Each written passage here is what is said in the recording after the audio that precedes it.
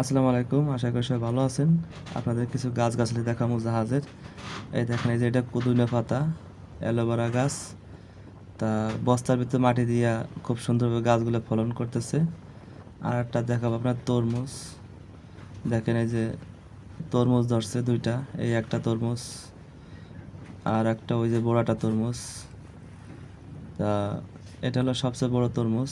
এই যে এটা এটা সবচেয়ে বড় তরমুজ। তা কোন কোন জাহাজে, আমার জাহাজে ভাই ব্রাদাররা কোন কোন জাহাজে তরমুজ গাছ লাগাইছেন বা কি গাছ গাছে লাগাইছেন সবাই কমেন্টে জানাবেন।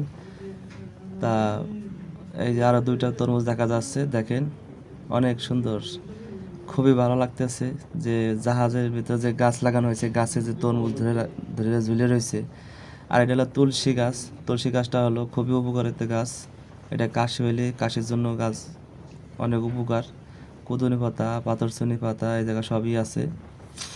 তা খুবই চমৎকার লাগতেছে এই একটা তরমুজ।